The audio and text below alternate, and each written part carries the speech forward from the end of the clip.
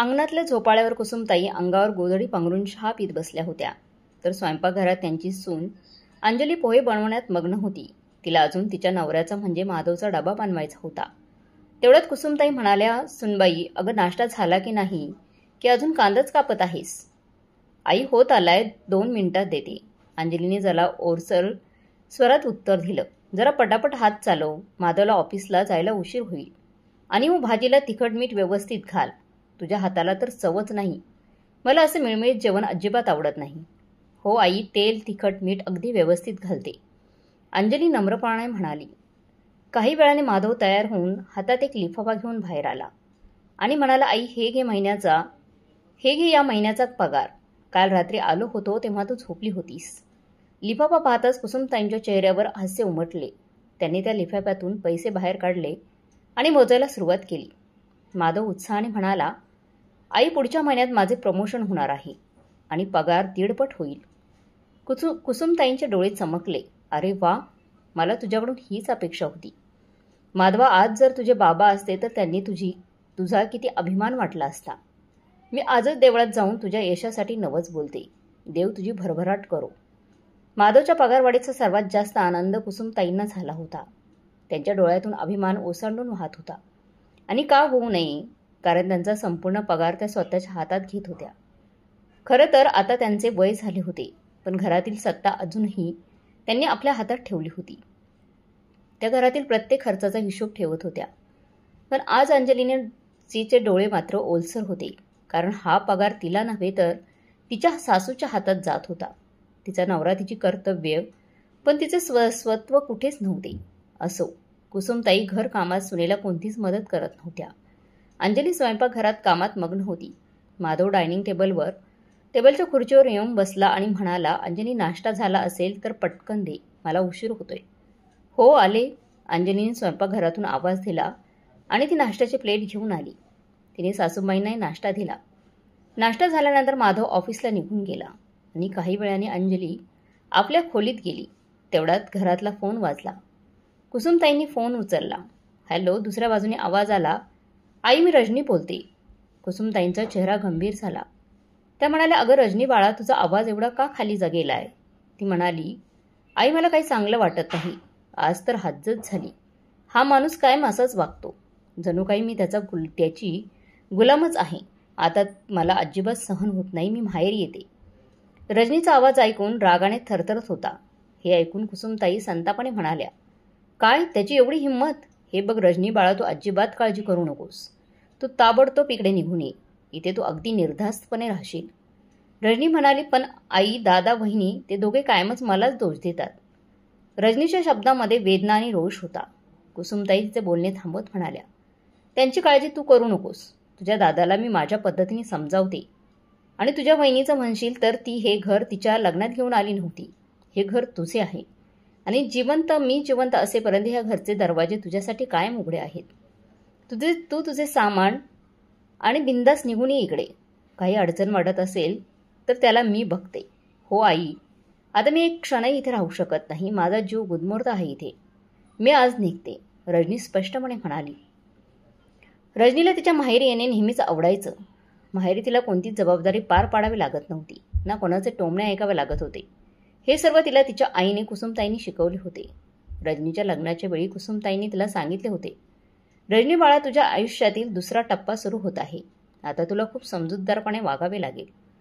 "आई, म्हणजे काय?" रजनीने उत्सुकतेने विचारलं. त्या म्हणाल्या, "याचा स्पष्ट अर्थ असा की सासू सासऱ्यांशी दबून राहू नकोस. जास्त बोलायला लागले तर जिथल्या तिथे उत्तर द्यायला शिक. आणि सर्वात महत्त्वाचं म्हणजे नवऱ्याला तुझ्या मुठीत ठेव. सासरच्या लोकांना डोक्यावर बसू देऊ नकोस. कोणालाही जास्त भाव देऊ नकोस, नाहीतर तेच तुझ्यावर हावी होतील. आणि सगळ्यात महत्त्वाचं म्हणजे सासू सासऱ्यांपासून वेगळे राहण्याचा प्रयत्न कर. तेव्हाच तुला स्वातंत्र्य मिळेल. आणि यापुढे भांडण करावे लागले तरी मागे पुढे पाहू नकोस." कुसुमताईंच्या या शिकवणीला गाठ बांधून रजनीने सासरच्या घरात पाऊल ठेवले. तिचे सासू सासरे एकदम साधे भोळे आणि सरळ स्वभावाचे होते. ते सुनेला आपली मुलगीच मानत होते. तिचा नवरा अजय तिला कोणताही त्रास होऊ नये याची पुरेपूर काळजी घेत होता. तिचे सासरचं वातावरण अगदी आनंदी होते आणि अशा आनंदी वातावरणात देखील रजनी खुश नव्हती. लग्नानंतर काही दिवसातच तिने आईच्या शिकवणुकीचे पालन करायला सुरुवात केली आणि घरातील शांतता भंग झाली. आता तिच्या लग्नाला 1 वर्ष पूर्ण होत आले होते आणि या 1 वर्षात रजनी चौथ्यांदा भांडण करून बाहेर निघून आली होती. रजनी बॅग घेऊन माहेरच्या उंबरठ्यावर पाऊल ठेवताच तिच्या डोळ्यात निराशा आणि उदासीनता दिसून येत होती. रजनी बाळा, तू आलीस? दे तुझी बॅग आणि आत ये बरं. आता तू तुझे घरी आली आहेस ना, मग कसलीच काळजी करण्याची गरज नाही. कुसुमताईंनी लेकीच्या हातातून बॅग घेतली आणि तिला खोलीत नेले. रजनी म्हणाली, आई, माझ्या नवऱ्याला वाटते मी दिवसभर घरात कामवालीसारखी राहावं, घरातली सगळी कामं करावीत, सासू-सासऱ्यांची सेवा कर असं त्याला वाटतं. निमूटपणे करावी आणि काही न बोलावं. अगं, स्वतःसाठी आरामाचा एक क्षणही मिळत नाही मला. हे सगळं झेपणार नाही. कुसुमताई होकारार्थी मान हलवत म्हणाल्या, रजनी, तू अगदी बरोबर बोलत आहेस. या लोकांना सून म्हणजे काम करणारी मशीन वाटते का? म्हणूनच मी तुला आधीच सांगितले होते, तू स्वतःच्या हक्कासाठी उभं राहिलं पाहिजे. तू तिथून निघून अगदी योग्य केलंस बघ. तू कुणाची गुलाम नाहीस. जर ते तुला समजून घेऊ शकत नसतील तर त्यांच्यासोबत राहण्याचा काहीच अर्थ नाही. तेवढ्यात अंजली पाणी घेऊन खोलीत आली. कुसुमताईंनी तिच्याकडे पाहिलं आणि म्हणाल्या, अंजू, रजनी आराम करते आहे तोपर्यंत तिच्या आवडीचं जेवण बनव. आज तिला सासरच्या तणावापासून दूर राहून मनसोक्त जेवण करू दे. अंजलीने मान हलवले आणि स्वयंपाकघराकडे निघून गेली. दुपारचं जेवण झाल्यानंतर रजनी आणि कुसुमताई खोलीत तासभर गप्पा मारत बसल्या. रजनीने तिच्या सासरच्या तक्रारी सांगितल्या आणि कुसुमताई प्रत्येक वेळी तिच्या होला हो देत होत्या. या दरम्यान अंजली थोडा वेळ आराम करण्यासाठी तिच्या खोलीत गेली. संध्याकाळी अंजली खोलीतून बाहेर येऊन म्हणाली, आई, आज रात्री पुरी भाजी बनवू का? रजनीताईंना खूप आवडते ना. तेव्हा कुसुमताई पटकन म्हणाल्या, अंजली, तू राहू दे. दुपारी सुद्धा तू इतके आळणी आणि पानचट जेवण बनवलं होतं की रजनीला ते अजिबात आवडलेलं नाही. यापेक्षा तू माधवला फोन कर आणि त्यालाच बाहेरून काहीतरी चांगलं खायला घेऊन यायला सांग. थोडंसं चांगलं खाल्लं तरी तिचा मूड ठीक होईल. हे ऐकताच अंजलीला वाईट वाटले. तिचा चेहरा उतरला. ती हळूच म्हणाली, हो आई, मी ह्यांना फोन करते. अंजली खोलीत गेली तेव्हा रजनी हसत म्हणाली, आई, तू नेहमी माझ्या पाठीशी उभी राहिली आहेस. अशीच कायम माझ्या पाठीशी उभी राहा. कुसुमताईंनी प्रेमाने रजनीच्या डोक्यावर हात फिरवला आणि म्हणाल्या, अगं, मी असताना तुला कोणत्याही प्रकारचा त्रास होणारच नाही. तू इथे आरामात राहा. दुसरीकडे अंजलीने माधवला फोन लावला. दुसऱ्या रिंगमध्येच त्याने फोन उचलला आणि तिचा आवाज ऐकताच हसत म्हणाला, बोल ना बायको, आज कसा काय फोन केला? सगळं व्यवस्थित आहे ना? सगळे व्यवस्थित आहे ना, की फक्त माझा आवाज ऐकायचा होता? माधवच्या थोड्या रोमॅन्टिक बोलण्यावर अंजलीत हलकेसे हसली आणि म्हणाली, अहो, सगळं व्यवस्थित आहे. फक्त एक गोष्ट सांगायची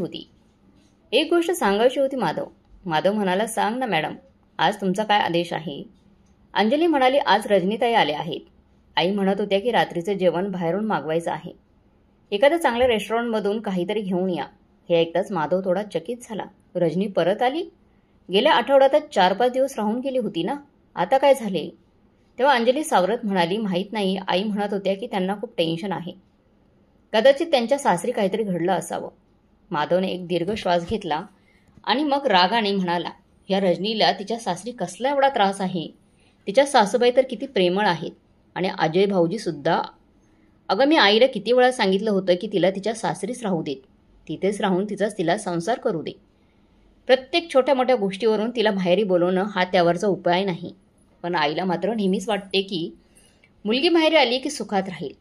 तेव्हा अंजली शांतपणे म्हणाली, तुमचे बोलणे योग्य आहे, पण शेवटी त्या आई आहेत ना. आपल्या मुलीला दुःखी होताना पाहू शकत नसतील त्या. माधवने पुन्हा एकदा दीर्घ श्वास घेतला आणि म्हणाला, ठीक आहे अंजली, मला ऑफिसमध्ये भरपूर कामे आहेत. येताना रेस्टॉरंटमधून काहीतरी घेऊन येतो. रात्री भेटूया. रात्री जवळपास 9 वाजता माधव घरी आला. त्याच्या हातात रेस्टॉरंटमधून आणलेल्या जेवणाची पिशवी होती. अंजलीने ती पिशवी घेतली आणि स्वयंपाकघरात निघून गेली. माधवने रजनीकडे पाहिले. ती लिव्हिंग रूममध्ये आरामात बसून टीव्ही पाहत होती. तो सोफ्यावर बसत म्हणाला, कसे आहेस? सगळं ठीक आहे ना?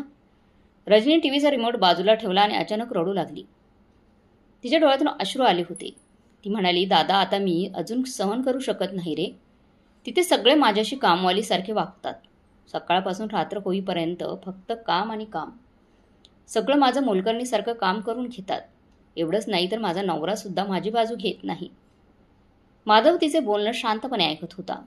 नंतर तो हलक्या आवाजात म्हणाला, काही हरकत नाही रजनी. प्रत्येक समस्येवर उपाय असतोच. तू म्हणशील तर मी अजयशी बोलतो. माधव एवढंच बोलला होता तेवढ्यात कुसुमताई तिथे आल्या.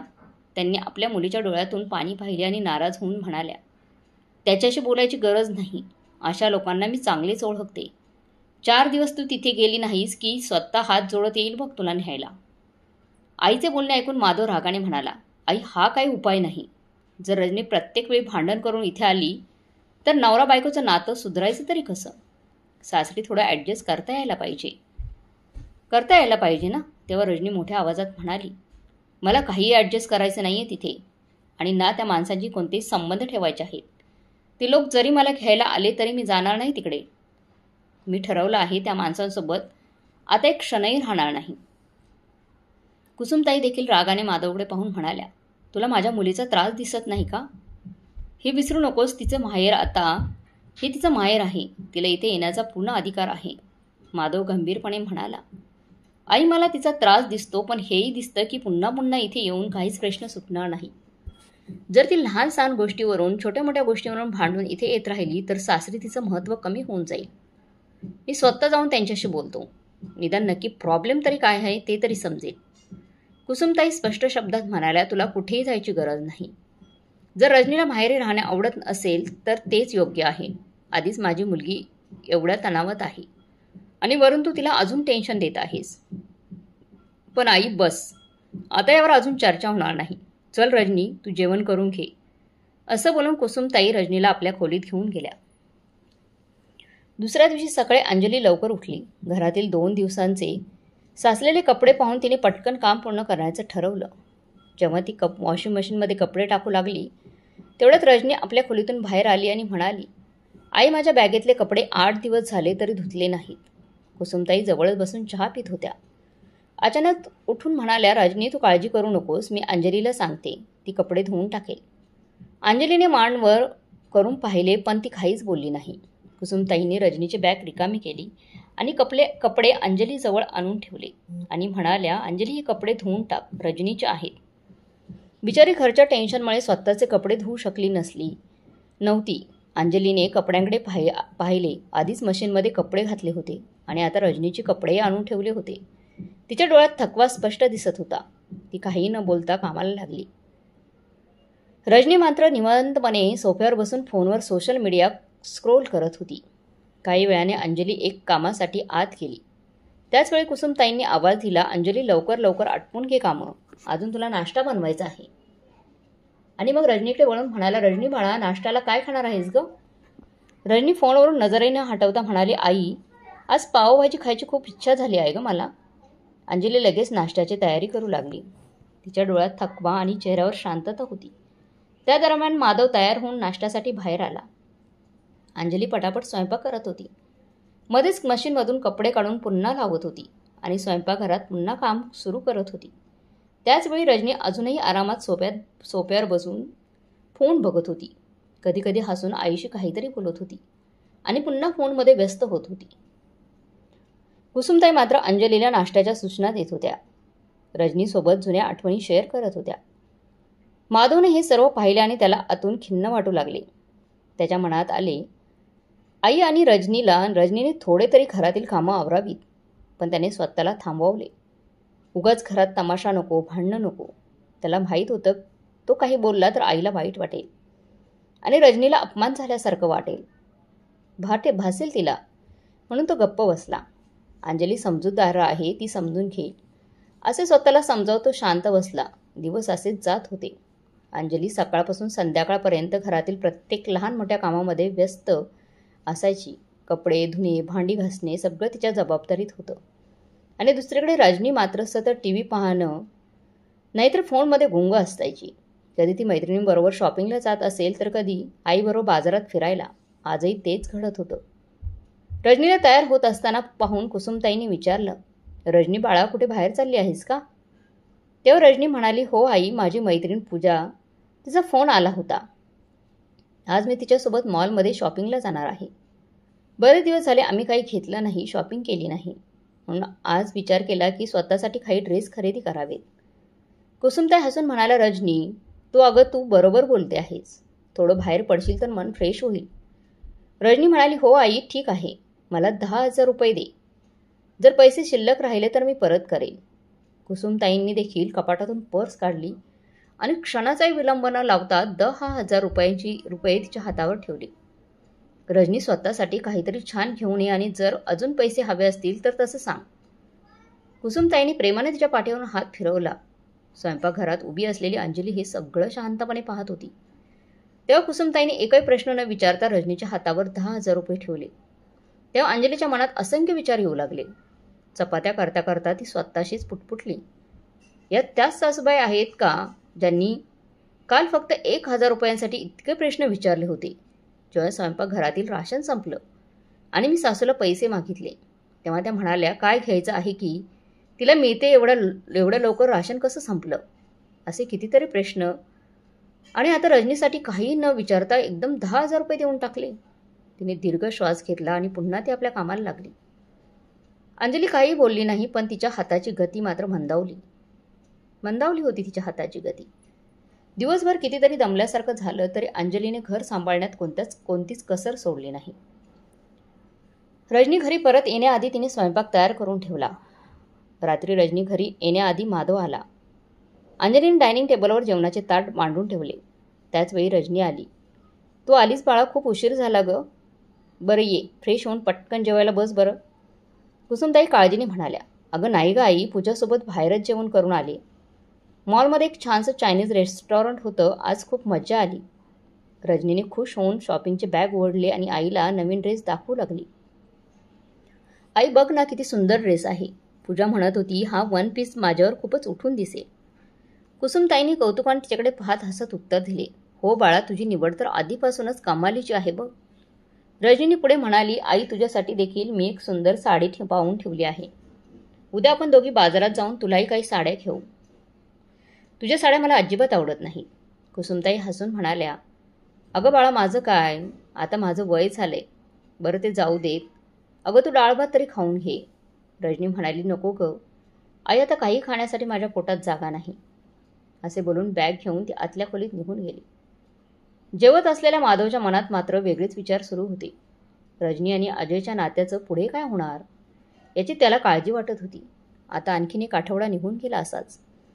रजनीला माहेर येऊन जवळपास 1 महिना झाला होता.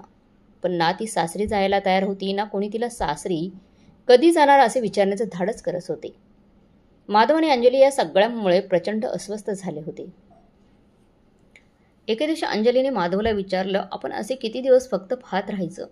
रजनी आणि अजयच्या लग्नाला 1 वर्ष पूर्ण होईल. त्यांच्या नात्यात दुरावा निर्माण झाला आहे. हे नातं वाचवण्यासाठी आपल्याला काहीतरी कारण शोधून काढावा लागेल. मान हलवत माधवने तिच्या बोलण्याची सहमती दर्शवली. तो म्हणाला, तू अगदी बरोबर बोलत आहेस. मी विचार करत होतो, आपण त्यांच्या लग्नाच्या वाढदिवसानिमित्त त्यांना पुन्हा एकत्र आणण्याचा प्रयत्न करू. कदाचित हा आनंदाचा प्रसंग त्यांच्या दुरावेत बदल घडवू शकेल. अंजलीने हसून उत्तर दिले, मग एक काम करूया, आपण एक मोठा केक आणू आणि अजयलाही बोलू. लग्नाच्या वाढदिवसाच्या दिवशी माधव आणि अंजलीने मोठा केक मागवला. त्यानंतर त्यांनी रजनी आणि तिची आई कुसुमताई दोघींनाही बाहेर बोलवले. त्या दोघी खोलीतून बाहेर आल्या आणि समोरचं दृश्य पाहून आश्चर्यचकित झाल्या. हे सगळं काय सुरू आहे आणि हा केक कोणत्या आनंदासाठी आणलाय?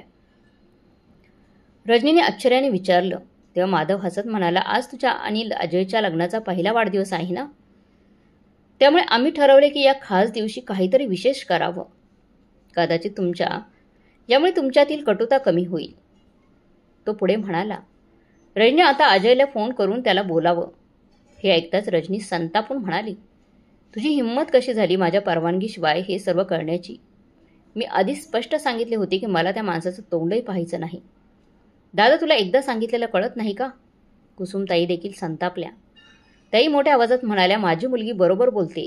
जर तो माणूस इथे आला तर मी त्याचे हात पाय तोडून गळ्यात घालीन आणि जर कोणी त्याला इथे घेऊन आले तर त्यालाही मी घराबाहेर काढेन.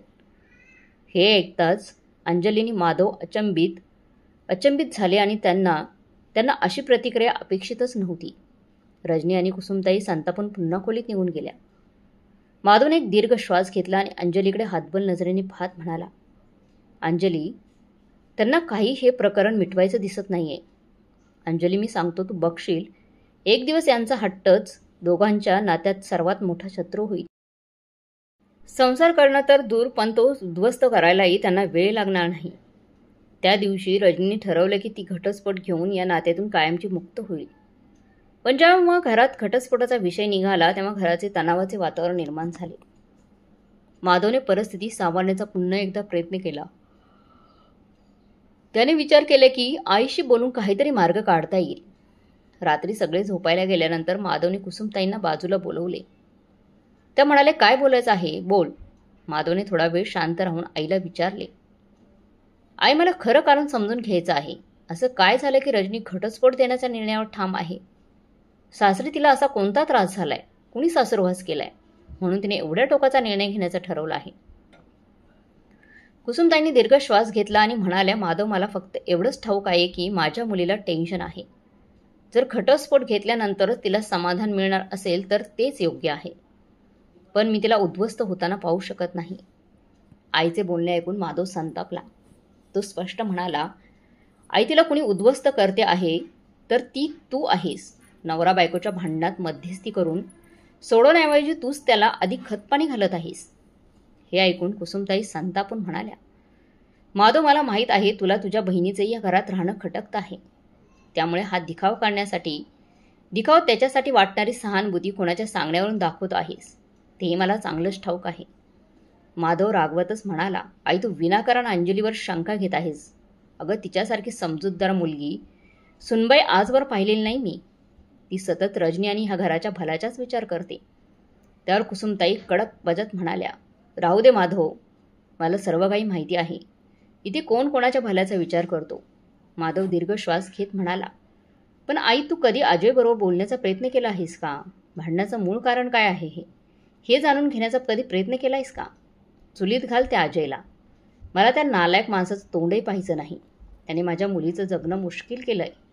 माझी मुलगी काय काय सहन करत आहे तुला दिसत नाही का? माधव आवाजात म्हणाला, आई, तू हे कसे मान्य केलंस की सगळी चूक फक्त अजयची, तुझ्या जावयाचीच आहे? नातं नेहमी दोन्ही बाजूंनी बनतं आणि तुटतेही दोन्ही बाजूने. एकदाही त्याची बाजू ऐकून न घेतली नाहीस तू. सरळ त्याला रजनीच्या बोलण्यावरून दोषी ठरवलंस. अगाई, सत्य काहीतरी वेगळं असू शकतं. याचा कधी विचार केलायस का? कुसुमताई शांतपणे म्हणाल्या, मला काहीही जाणून घ्यायचं नाही. माझी मुलगी जे सांगते तेच खरं आहे. इतकं बोलून त्या उठल्या आणि आपल्या खोलीत निघून गेल्या. माधव मात्र गप्प उभा राहिला. दुसऱ्या दिवशी सकाळी अंजली माधवला म्हणाली, अहो, ऐकलं का? माझ्या काकांच्या मुलाचं लग्न आहे. मला नवीन साडी घ्यायची आहे. थोडे पैसे हवे होते. माधव पटकन म्हणाला, ठीक आहे, मी आईकडून पैसे घेऊन देतो. नाश्ता झाल्यानंतर तो आईकडे गेला आणि म्हणाला, आई, मला थोडे पैसे हवे आहेत. अंजलीच्या काकांच्या मुलाचं लग्न आहे. त्यासाठी तिला नवीन साडी घ्यायची आहे. कुसुमताई त्याचं बोलणं टाळत म्हणाल्या, हे बघ माधव, या महिन्यात खूप खर्च झाला आहे. माझ्याजवळ आता पैसे नाहीत. आईचे बोलणे ऐकून माधव आश्चर्यचकित झाला. तो म्हणाला, अगं आई, आठवड्यापूर्वीच तर मी तुला संपूर्ण पगार दिला होता. मग एवढे पैसे गेले कुठे? कुसुमताईंनी नजर चुकवत विषय टाळण्याचा प्रयत्न केला. त्या म्हणाल्या, अरे माधव, घर खर्च, किराणा सामान, बाकीचे इतर किरकोळ खर्च, आता प्रत्येक गोष्टींचा खर्च तुला सांगत बसू का? माधव रागाने म्हणाला, आई, मला खरं सांग, पैसे नेमके कुठे खर्च झालेत? कुसुमताई संकोचात म्हणाल्या, अरे, आपल्या रजनीला शॉपिंगसाठी थोडे पैसे दिले होते. तिचेही काही खर्च असतात. माधव संतापला, रजनीचे खर्च? आई, रजनीला शॉपिंगसाठी हजारो रुपये खर्च करण्याची परवानगी आहे आणि आम्ही दोघांचं काय? अंजली दिवसभर घर काम करते, मी दिवसभर बाहेर कष्ट करतो आणि तू मात्र माझा संपूर्ण पगार घेऊन रजनीच्या फाजील खर्चासाठी देतेस. तुला कधी आम्हा दोघांच्या गरजांची आठवण होते का? कुसुमताई रागाने म्हणाल्या, काय झाले जर रजनीने थोडी शॉपिंग केली तर? तिच्या आयुष्यात किती टेन्शन आहे. तिला आनंदित ठेवण्यासाठी मी तिला थोडेफार पैसे दिले तर त्यात काय चुकीचं केलंय? माधव कडवट हसला, म्हणजे रजनीच्या तणावाचा उपाय म्हणजे महागडे कपडे आणि शॉपिंग, आणि आमच्या गरजांचं काय? तुला खरंच वाटतं का तू न्याय करतेस? तू जास्त बोलू नकोस. कुसुमताई मोठ्या आवाजात म्हणाल्या, रजनीला तिच्या नवऱ्याकडून काही मदत मिळत नाही. मग मी तिला थोडे पैसे दिले तर त्यात काय चुकले? माधवने निराश होत मान हलवली आणि म्हणाला, आई, तू चुकीचे केलंस. तिला बरोबर चुकीचं समजवण्याऐवजी तिच्या चुकांना खतपाणी घालतेस तू. असं बोलून तो रागाने बाहेर निघून गेला. दरवाजा बंद होताच कुसुमताईंनी अंजलीकडे रोखून पाहिलं आणि रागाने म्हणाल्या, सगळी आग सगळी आग या बाईने लावली आहे. या महिन्याचा आधीच खर्च जास्त झाला आहे. तरी काय गरज होती नवीन साडी घेण्याची?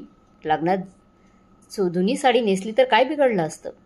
तेव्हा जवळ बसली रजनी पटकन म्हणाली, हो आई, तू अगदी बरोबर बोलत आहेस. माझा ड्रेस पाहून तिला राहावलं नसेल म्हणून ती माझ्याशी बरोबरी करावी लागली. त्या दोघींचे बोलणे ऐकून अंजलीच्या डोळ्यातून अश्रू होऊ लागले, पण ती काहीच बोलली नाही आणि काही न बोलता तिच्या खोलीत निघून गेली. रजनी आणि अजयच्या नात्यात दिवसेंदिवस कटुता वाढत चालली होती. कुसुमताई रजनीच्या निर्णयाला पाठिंबा देत होत्या, पण माधव आणि अंजलीने हे नातं वाचवण्यासाठी शेवटचा प्रयत्न करण्याचा निर्णय घेतला. एका संध्याकाळी माधव अंजलीला म्हणाला, अंजली, मी अजयला भेटायला जाणार आहे. कदाचित माझ्याशी बोलल्यानंतर तो रजनीला समजवण्याचा प्रयत्न करेल. तू तिच्याशी बोल. कदाचित ती थोडी नरमाई दाखवेल. अंजलीने नवऱ्याच्या बोलण्याला सहमती दर्शवली. दुसऱ्या दिवशी कुसुमताई बाजारात गेल्या आणि रजनी घरी एकटीच होती. अंजलीला ही संधी योग्य वाटली. ती रजनी जवळ जाऊन बसली आणि म्हणाली, रजनीताई, मी तुम्हाला एक बोलू का? रजनीने टीव्हीचा आवाज बंद केला आणि म्हणाली, हो वहिनी, बोल ना. अंजली हलक्या आवाजात म्हणाली, हे बघा ताई, मी तुमच्यापेक्षा मोठी आहे. म्हणूनच एक सल्ला देते, हा घटस्फोटाचा मार्ग सोडून पुन्हा एकदा संसार थाटण्याचा विचार करा. एका स्त्रीची खरी प्रतिष्ठा तिच्या नवऱ्यासोबत असते. भाऊजीचे बोलणे ऐकून रजनीला राग आला. ती म्हणाली, अशा प्रतिष्ठेचे मी काय करू? लोणचं घालू? अगं, जो माणूस घरात एक कामवाली बाई ठेवू शकत नाही, बायकोच्या प्राथमिक गरजाही भागवू शकत नाही, अशा दमडीच्या माणसासोबत मी का राहायचं? अंजली म्हणाली, नाही ताई, तुम्ही असे विचार करू नका. माझ्या बोलण्याचा विचार करा. रजनी म्हणाली, वहिनी, बंद कर तुझी ही बडबड. मी माझ्या घरी आहे, आरामात आहे आणि माझा आनंद यातच आहे. पण मला वाटते माझा आनंद तुला आणि दादाला खटकतोय. इतक्यातच कुसुमताई दरवाजात येऊन उभ्या राहिल्या. त्यांनी त्या दोघींचे बोलणे ऐकले होते. त्या रागाने म्हणाल्या, अच्छा, आता तू तिला समजावणार? तू कोण आहेस ग, तिच्या आयुष्यात ढवळाढवळ करणारी? अंजलीने घाबरत उत्तर दिले, आई, तुम्हाला वाटते तसं काही नाही. मला फक्त त्या दोघांमधील वाद मिटवायचा होता. कुसुमताई तिरस्काराने म्हणाल्या, वाद मिटवायचा होता की तिच्यापासून सुटका करून घ्यायची होती? आली मोठी समजावणारी. रजनी वैतागून तोंड वाकडं करत म्हणाली, माझा चांगला मूड खराब केला या बाईने. तिने पुन्हा टीव्हीचा रिमोट उचलला आणि आवाज मोठा केला. या गोष्टीला अगदी 5 मिनिटे झाली होती. तेवढ्यात माधव घरी आला. तो प्रचंड संतापलेला होता. तो जसा सोफ्यावर बसला आणि काही बोलणार तेवढ्यात रजनी म्हणाली, आई, आता जर दादा त्याच्या बायकोच्या सांगण्यावर मला उपदेश द्यायला आला असेल तर त्याला सांग की मला त्याचं काही ऐकायचं नाही. रजनीचे बोलणे ऐकून माधवचे तळपायची आग मस्तकात गेली आणि तो मोठ्या आवाजात म्हणाला, मला जे एक सांगायचं आहे ते मी सांगणारच आहे आणि तुला ऐकावंच लागेल. तो पुढे म्हणाला, आई, मी आज अजयला भेटून आलो आहे. अगं, तू खरंच भला माणूस आहे म्हणून तर तुझ्या मुलीच्या अशा वागणुकीनंतरही तिची माफी मागायला तयार आहेत ते. रजनी संतापून म्हणाली, मला कुणाची माफी नको आहे. माधव तिच्याकडे रोखून पाहू लागला. अगं रजनी, तुझे हेच वागणे एक दिवस तुला उद्ध्वस्त करेल, लक्षात ठेव. मला अजय बरोबर बोलल्यानंतर समजलं की तू त्या घरातल्या लोकांना किती त्रास दिला आहेस. तुला माहीत आहे का आई, रजनी तिच्या सासू-सासऱ्यांना काय काय बोलत असते. अगं, ती कोणासाठी जेवण बनवत नाही किंवा घरातली मोलकरणीसारखी कामं देखील करत नाही. एवढंच नाही तर नवऱ्यासाठी देखील नाही जेवण बनवत ती. वरून रोज हॉटेलमधून जेवण मागवायची. जर सासूने समजवण्याचा तिला काही प्रयत्न केला तर संपूर्ण घर डोक्यावर घेत होती. आणि आता तर रजनीने तिने अजयसमोर विचित्र अट ठेवली आहे. तिला सासू-सासऱ्यांपासून वेगळं राहायचं आहे. हे ऐकून अंजली आश्चर्यचकित झाली. तिने रजनीच्या खांद्यावर हात ठेवत विचारले, ताई, तुम्हाला सासू-सासऱ्यांपासून वेगळं का राहायचंय? रजनीने तिचा हात झटकला आणि उद्धटपणे म्हणाली, तू गप्प बस ग. मला तुझ्या कुठल्याही सल्ल्याची गरज नाहीये. माधव संतापून ओरडला, रजनी, हे काय आहे? रजनी निर्लज्जपणे हसली आणि म्हणाली, मी एकदा सांगितलं ना, माझा निर्णय बदलणार नाही, मग काही होऊ देत. माधवने कठोर आवाजात ठामपणे सांगितलं, रजनी, तुला सासरी जावंच लागेल. हा माझा शेवटचा निर्णय आहे. आणि जर तू या घरातून निघून गेली नाहीस तर मी स्वतः तुला तिथे सोडून येईन. रजनी तितक्याच तिखट शब्दात म्हणाली, तुझ्यात धाडस असेल तर मला बाहेर काढून दाखव आणि मला हात लावून तर बघ मग मी काय सांगते तुला. माधव संतापून आईकडे पाहू लागला. आई, पाहिलंच ना, हा सगळा तुझ्या लाडाचा परिणाम आहे. तूच लाडाने तिचं सगळं पुढे करत होतीस ना. तो रजनीचा हात धरायला पुढे सरसावला. तेव्हा कुसुमताईंनी ठणकावून सांगितले, खबरदार माधव, तू कोण लागतोस माझ्या मुलीला घरातून बाहेर काढणारा? या घरातून माझ्या या घरातून जर कोणी बाहेर जाणार असेल तर ते तू आणि तुझी ती चुगलखोर बायको अंजली, जिने तुला वेड केलं आहे. आत्ताच्या आत्ता माझ्या घराबाहेर निघा. माधव आत्तापर्यंत गप्प बसून सहन करत होता, पण आता तो गप्प बसणार नव्हता. 2 दिवसात त्याने एक भाड्याचं घर शोधलं आणि आपल्या बायको मुलासह स्वतःचं सामान घेऊन घराबाहेर पडला. जाताना माधव आणि अंजली कुसुम ताईंना नमस्कार करायला पुढे आली, पण त्या पाठीमागे सरकल्या. त्यानंतर ते त्या घरातून बाहेर पडले. माधव आणि अंजलीला रोजचे वादविवाद आणि तणावापासून मुक्ती मिळाली होती. आता ते भाड्याच्या घरात राहत होते आणि निवांत आयुष्य जगू लागले. दुसरीकडे कोर्टाने रजनी आणि अजयच्या घटस्फोटाला मान्यता दिली होती. घटस्फोटाला 1 महिना झाला होता आणि त्यानंतर रजनी आणि कुसुमताईंच्या अडचणी वाढू लागल्या. कुसुमताईंकडे जेवढे पैसे होते ते सर्व संपले होते. दुकानदाराची उधारी इतकी वाढली होती की त्याने आता उधारी देण्यास स्पष्ट नकार दिला. मायलेकी चिंतेत बसून विचार करत होत्या, आता पुढे काय करायचं. तेवढ्यात अचानक घरातील लाईट गेली. बराच वेळ अंधारात बसल्यानंतर रजनी वैतागून म्हणाली, आई फोन करून विचार तरी लाईट कधी येणार. कुसुमताई निराश होऊन म्हणाल्या, मी फोन लावला होता पण लाईटीचं बिल न भरल्यामुळे कनेक्शन तोडलं आहे. हे ऐकताच रजनीने डोके धरले. कुसुमताई दुःखी स्वरात म्हणाला, रजनी असेच जर सुरू राहिले तर आपल्याला उपाशी मारायची वेळ येईल. तू शिकलेली आहेस, कुठेतरी नोकरी शोध. हे ऐकताच रजनी चिडली, आई तू हे काय बोलत आहेस. मला जर नोकरीच करायची असती तर मी माझ्या सासरी राहिले असते ना. आणि तसे मला आता इथे अजिबात राहायचं नाही. मी पुन्हा अजयकडे जाणार आहे. मी त्याला व्यवस्थित ओळखते, तुम्हाला नक्की माफ करेल. कमीत कमी तिथे मला अंधारात तरी बसावं लागणार नाही. तिथे मला 2 वेळेचं भरपूर जेवण देखील मिळेल. इथल्या घरासाठी तडफावं लागतं जेवणासाठी. आणि खरं सांगायचं तर माझे सासरे इतके वाईट नाहीत की मी त्यांच्यासोबत राहू शकणार नाही. आई तुझे हे घर तुलाच लाभ असो, असे म्हणत तिने पटकन बॅग भरली आणि घराबाहेर पडली. पण जेव्हा ती आपल्या घरस्फोटीत नवऱ्याच्या घरी पोहोचली तिथले वातावरण पाहून स्तब्ध झाली. संपूर्ण घर पाहुण्यांनी गजबजलेलं होतं. तिने आश्चर्याने शेजाऱ्यांना विचारले तेव्हा समजले की आजने कालच दुसरं लग्न केलं आहे आणि आज त्यांच्या घरी पूजेचा कार्यक्रम चालू होता. हे ऐकताच रजनीचा जणू श्वास थांबला. तिच्या डोळ्यातून अश्रू होऊ लागले. थरथरत्या पावलांनी ती रस्त्यावर आली. आता तिच्यासमोर एकच प्रश्न होता, कुठे जायचं. रजनीच्या डोळ्यासमोर तिच्या आईचा चेहरा आला. ती पुटपुटली, आईच फक्त आपली असते, ती मला नक्की माफ करेल. थकलेली हरवलेली रजनी हळूहळू घराकडे निघाली. पण जेव्हा ती तिथे पोहोचली तेव्हा तिला धक्का बसला, कारण घराला कुलूप होते. शेजाराकडून विचारल्यावर समजले की कुसुमताईंनी 2 तासांपूर्वीच हे घर सोडले आहे. रजनीने घाबरून विचारले, आई जाताना काही बोलली का. त्या त्यांच्या मुलाकडे माधवकडे गेल्या आहेत. जाताना म्हणाले की आता या वयात उपाशी बसणं शक्य नाही. शेजाऱ्यांबाईने उत्तर दिले. रजनी क्षणभर गोंधळली, पण मग आशेने ती माधवच्या भाड्याच्या घराचा पत्ता शोधत तिकडे गेली. दारात पोहोचली तर आतून अंजलीचा आवाज आला. कोण आहे. मी रजनी, ती हळू आवाजात म्हणाली. अंजलीने दरवाजा उघडला. तिच्या मागून माधवही पुढे आला. दोघांचे चेहरे पाहून रजनीला जाणवले की तिचे येण्याचे त्यांना आश्चर्य वाटले. कुसुमताई हॉलमध्ये बसल्या होत्या. त्यांना पाहून रजनी धावत आत आली आणि आईच्या मांडीवर डोके ठेवून रडू लागली. आई मी चूक केली, मला माफ कर. अजयकडे गेले होते पण मी जायला खूप उशीर केला. त्यांनी कालच दुसरं लग्न केलं.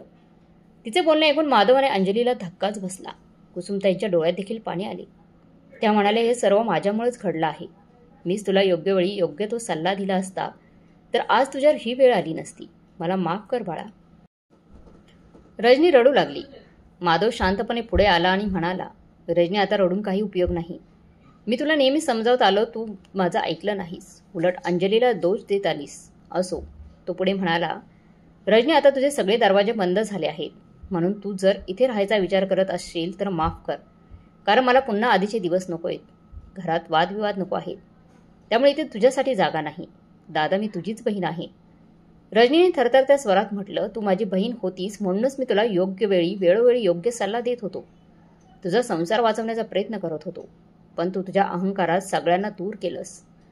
कुसुमताई डोळ्यात पाणी आणून म्हणाल्या, रजनी एक मुलगी म्हणून माझे तुझ्यावर अजूनही प्रेम आहे, पण आई म्हणून मी थकली आहे.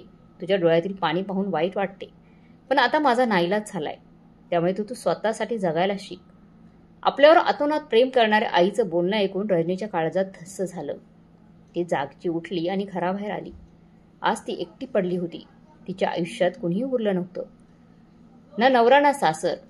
आणि आज माहेरही बंद दरवाजासारखं झाले होते. त्याच दिवशी ती एका खाजगी कंपनीत इंटरव्ह्यूसाठी गेली. शिक्षण चांगले होतेच, थोडा आत्मविश्वासही होता. थोड्या प्रश्नांतरानंतर तिला त्या कंपनीत रिसेप्शनिस्टची नोकरी मिळाली. पगार मोठा नव्हता, पण तिच्यासाठी पुरेसा होता. आज ती एका रूमच्या चाळीत राहायला लागली. तिला आता कुणी सावरायला नव्हते. पण तिने स्वतःला सावरायला शिकवून घेतलं होतं तिला. तिला सतत पूर्वीचे दिवस आठवायचे. आजईची आठवण यायची. ती त्याच्या आठवणीत खूप रडायची. पण आता रडून काही उपयोग नव्हता. कारण सगळं तिच्या हातातून निघून गेलं होतं, निसटून गेलं होतं. आज तिच्या अश्रूंची किंमत शून्य झाली होती. मित्रांनो, खरंच अहंकारात आपण बरंच काही गमावून बसतो. जसं रजनी गमावून बसली होती आणि शेवटी तिला पश्चाताप करण्याची वेळ आली होती. म्हणूनच कधीही अहंकारात कोणत्याही गोष्टी करू नये. तुम्हाला काय वाटते कमेंट करून नक्की कळवा. कथा चांगली वाटली असेल तर लाईक, शेअर, सबस्क्राईब नक्की करा. धन्यवाद.